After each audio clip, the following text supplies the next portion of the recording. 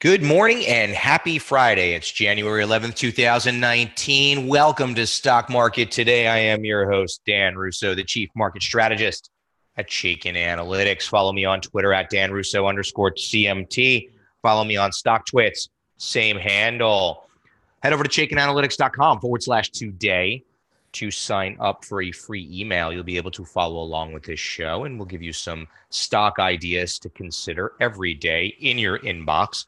ChaikenAnalytics.com/today. So let's dive right into it. U.S. equities were higher yesterday, extending the S&P 500 streak to a gain of 5 days in a row.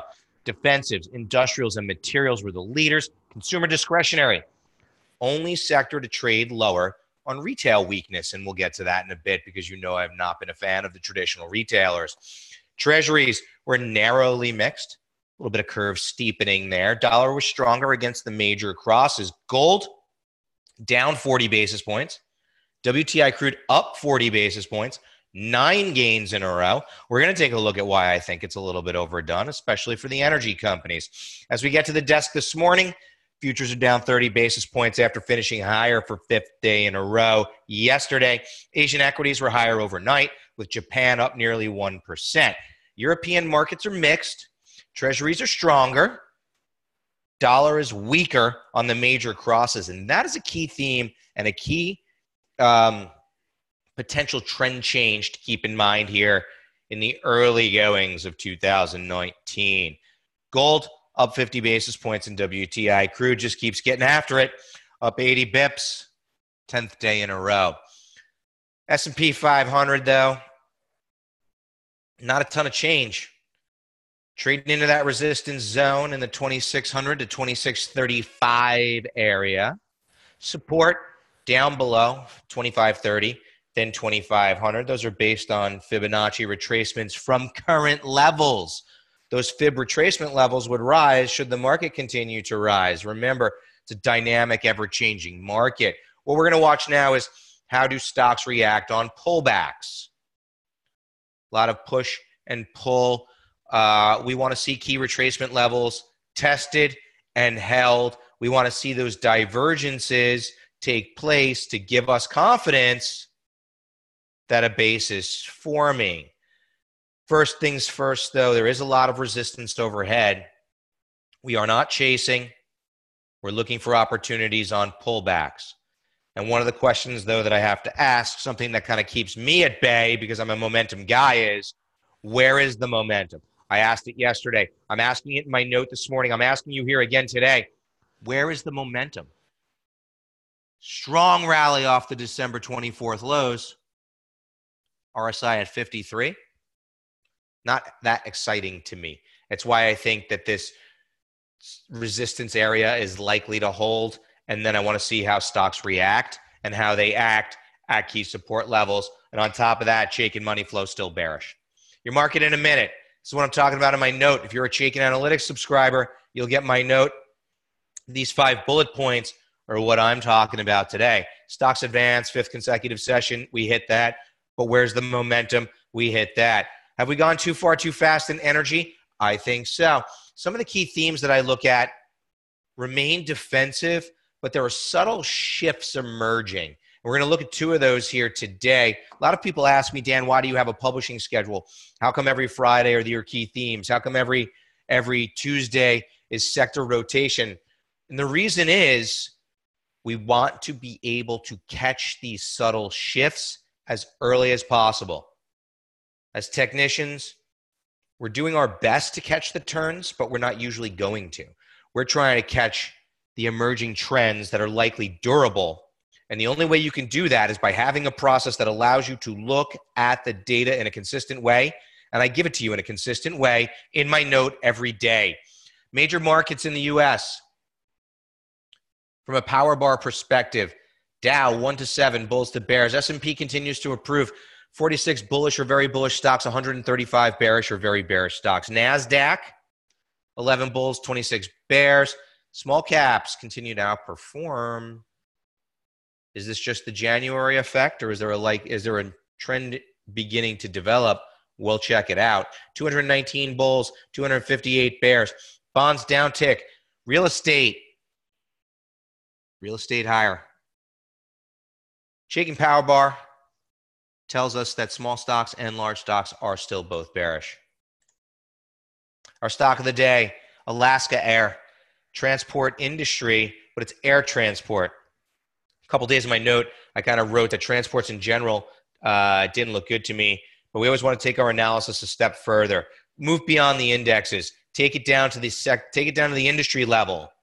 Air transportation's been strong. Alaska Air does look compelling as a long idea, just not now. Very bullish stock due to strong price volume activity. Expert activity is very positive. Financial metrics are attractive. ALK has a very bullish rating in Chaiken Analytics. Very bullish rating, strong trend, strong industry group. Type of name you want to consider. However, I want to see a little bit better relative performance. I want it when it's oversold, and I want money flow to improve. To me, this is a range-bound stock, and we're closer to the middle of the range here with this strong move higher. It's a name to consider. Trends can develop. Doesn't look all that compelling to me now. But if we can start to see some strength, relative strength, if we can start to see some money flow, kind of becomes interesting.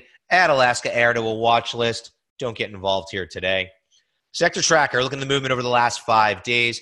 Your industrials, your tech, and your energy have been the top 3 sector performers over the last 5 days. Energy, price of oil. Industrials looks like a counter trend rally. Tech is at a transition point. We're definitely at an inflection point for tech, especially on a relative basis. We highlighted that in one of my notes earlier this week. Tech is beginning to underperform. Now, can the market rally without tech? Yes. Can it rally decisively without tech, which is 20% of the index? I'm not so sure. That's why I think we're still downtrending. But we're watching for changes. Bottom of the list, staples, utilities, and financials. Interesting to see the defensives have been underperforming. I have been saying I think this is portfolio repositioning into the new year. I think these moves are counter trend in nature. But as always, we're going to watch them, keep an eye on what's happening, and if they look like they're going to endure, well, then we'll change our view. We change our view when the facts change. Our industry in focus is retail services. Anybody who's been reading my notes, anybody who's been listening to this show, knows that I have not been a fan of retail, and that's been the right call. The group's been underperforming for the past 6 months to the tune of 4.5%. Plus, power bar ratio, which measures future potential, is weak. 13 bullish stocks, 25 bearish stocks. It's actually ranked number 8 of 21 subsectors. It's moved down 2 slots over the past week. Some of the indicative names within this group: Carvana, CVNA, very bearish rating. Tiffany, very bearish rating. And National Vision, EYE, very bearish rating. Let's dive in. National Vision Holdings, ticker symbol EYE, closed at 29.35, down 74 basis points in an up tape yesterday. Very bearish stock, weak trend, weak industry group. Exactly the kind of name we don't want to own. And if we take short positions, exactly the kind of name we want to consider taking a bearish position or a short position or buying put options, however you express your bearish views. And I think this setup is there now. A lot of resistance right here in the 30-32 area. Very bearish stock has been underperforming the market since mid-November. Market and model in agreement. Dynamic duo in gear. Stock is overbought with bearish money flow as it tries to regain the 21-day moving average. I think the setup is there. Look to the options market to express a bearish view in National Vision. This stock could easily be setting up to become what we like to refer to as a classic Chaiken bear. A bearish stock or a very bearish stock underperforming intensely bearish money flow. And then when the tactical setup is there, you look to take your shot on the bearish side of the coin. Constellation Brands up nearly 6% as it rebounds yesterday as part of the gainers side of our S&P 500 trending names. GE, a lot of people coming to GE. Curious as to if this is part of that January effect where last year's biggest losers see money flow into them into the beginning of the new year. A lot of moving parts at GE, a lot of changes. I highly, highly, highly encourage you to read the article that was in the Wall Street Journal a couple of weeks ago on GE. It's a big, long-form article about what's gone on there really since Jack Welch left the company. It's an interesting read. It's been making the rounds on Twitter and other social media. I highly suggest reading it. It's a great read. International Paper and PKG both rebounding after catching downgrades from a sell-side shop the previous day. I don't see any real news to take Newell up 4%, but it was up 4%. Very bearish stock, might be an opportunity to take some off the table there. We heard from the traditional retailers yesterday, and here's the problem as I see it. All we heard all holiday season was how well sales were going. Sales numbers come out, and they were good. But what we didn't know was what was going to be the impact to margin. How are the traditional retailers trying to compete with their online peers? And now we have our answer.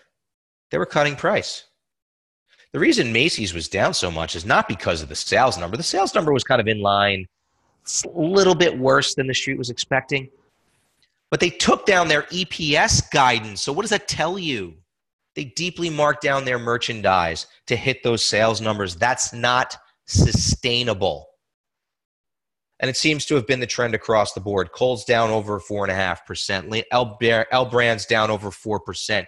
Nordstrom down over 4%. The traditional retailers had too much inventory. They had a cut price. Their margins are being impacted. And that is more important than the strong sales numbers as far as I am concerned. Another name on the loser side of the board is AAL. They had some comments about demand not coming in where the street was expecting. That sent that stock lower by 4%. So moving on to what I'm talking about today. Crude has helped, but energy is still bearish. And what do I mean by that? The Chaiken Power Gauge ETF rating on the XLE, the Energy Select Sector ETF, is very bearish. So let's walk through the process the same way that we walk through the process for stocks. Very bearish since October. Market model and agreement. Energy's been underperforming since August. Look at the intensity of bearish money flow since August. Stock is overbought, but money flow is still bearish. Not stock, I apologize. The fund is overbought, but money flow is still bearish. If this was a stock, you wouldn't buy it. You'd look for opportunities to sell it, take profits, maybe open a bearish position. Same process, same analysis. We have ratings on over 400 ETFs now. XLE is very bearish.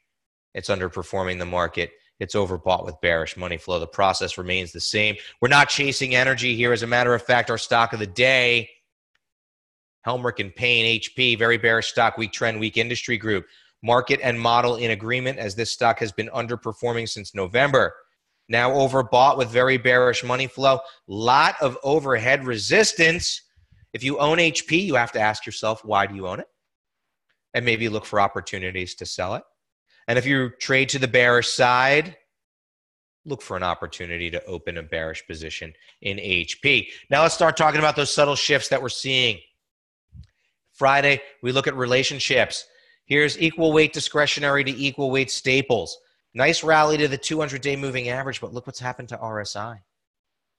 Broken a downtrend line, broken a series of lower highs, and actually was able to get over 60. Subtle change that you're only going to notice if you have a disciplined process,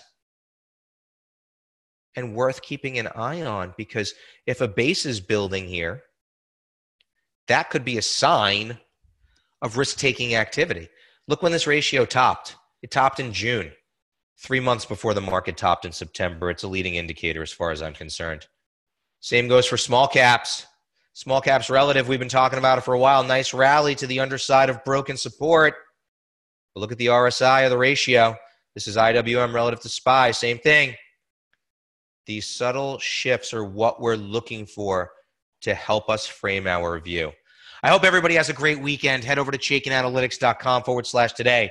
Sign up for the email to follow along with this show. I'll be back on Monday.